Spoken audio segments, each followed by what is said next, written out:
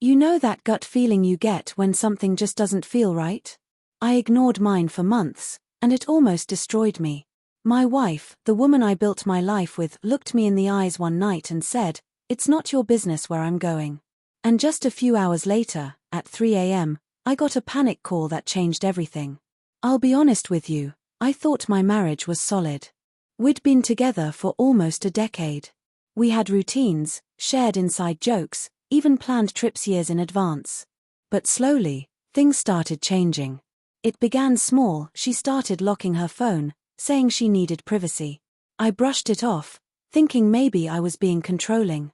Then came the late-night errands, the girls' nights that didn't line up with her friends' social media posts, and her coldness toward me when I asked simple questions like, "Where are you headed?" One night, I asked again. I wasn't angry, I was just concerned. And she snapped at me, her eyes filled with defiance. "It's not your business where I'm going." That crushed me. I was her husband. Her partner. How could it not be my business? But I bit my tongue, because I didn't want to start another argument. Still, something inside me told me the truth was much darker than she was willing to admit. That same night, I couldn't sleep. My chest was heavy, my mind racing with all the possibilities of where she might be. Around 3 a.m., my phone rang. It was her. When I answered, her voice was trembling, panicked. "Please come get me, please. I need you." I jumped out of bed, my heart pounding. She dropped a pin of her location. It wasn't a bar, or a friend's house, or anywhere that made sense. It was a seedy motel on the outskirts of town. My worst fears were suddenly very real. When I pulled up, she was sitting outside, wrapped in her coat, shaking. She didn't even look me in the eyes.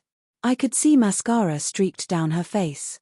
At first, I thought maybe something terrible had happened to her. But then, the door of the motel room opened.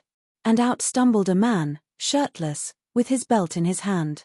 My world shattered in that instant. She wasn't in danger, she was caught. And the only reason she called me was because, apparently, the guy kicked her out after they fought. She whispered, "I'm so sorry. I didn't know where else to go." Do you know what kind of pain it causes when the person who betrays you still expects you to save them? I didn't yell. I didn't make a scene. I just told her to get in the car. She begged me to talk, to forgive her, but I stayed silent the entire drive home. That silence was my revenge in the beginning. She wanted a reaction, anger, tears, anything, but I gave her nothing.